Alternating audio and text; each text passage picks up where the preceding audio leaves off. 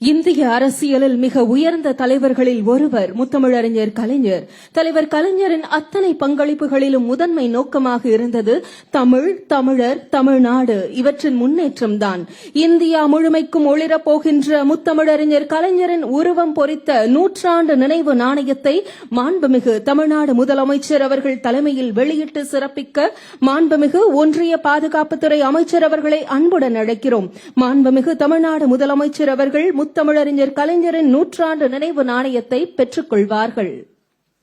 To mark this history occasion, it's our great honor to invite the Honorable Defence Minister of India to release this special commemorative coin under the presence of our Honorable Chief Minister of Tamil Nadu, and we request our Honorable Chief Minister of Tamil Nadu to receive the commemorative coin.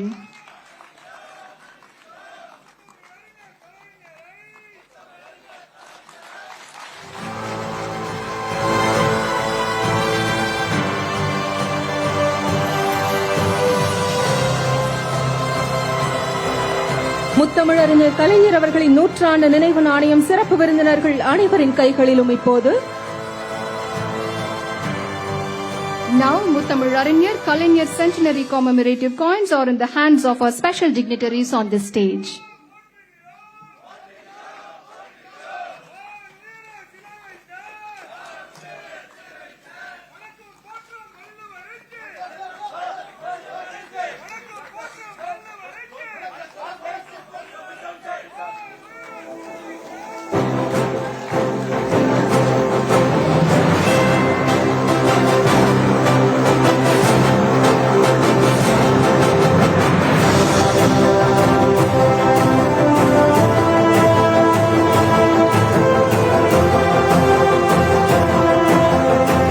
வெல்லும் எனும் முத்தமிழறிஞர் கலைஞரின் கையெழுத்துடன் வெளியிடப்பட்டுள்ள கலைஞர் 100 நினைவு நாணயத்தின் மாதிரியை காட்சிக்கு திறந்து வைக்கும்படி மாண்புமிகு ஒன்றிய பாதுகாப்புத்துறை அமைச்சர் அவர்களை அன்புடன் அழைக்கிறோம்.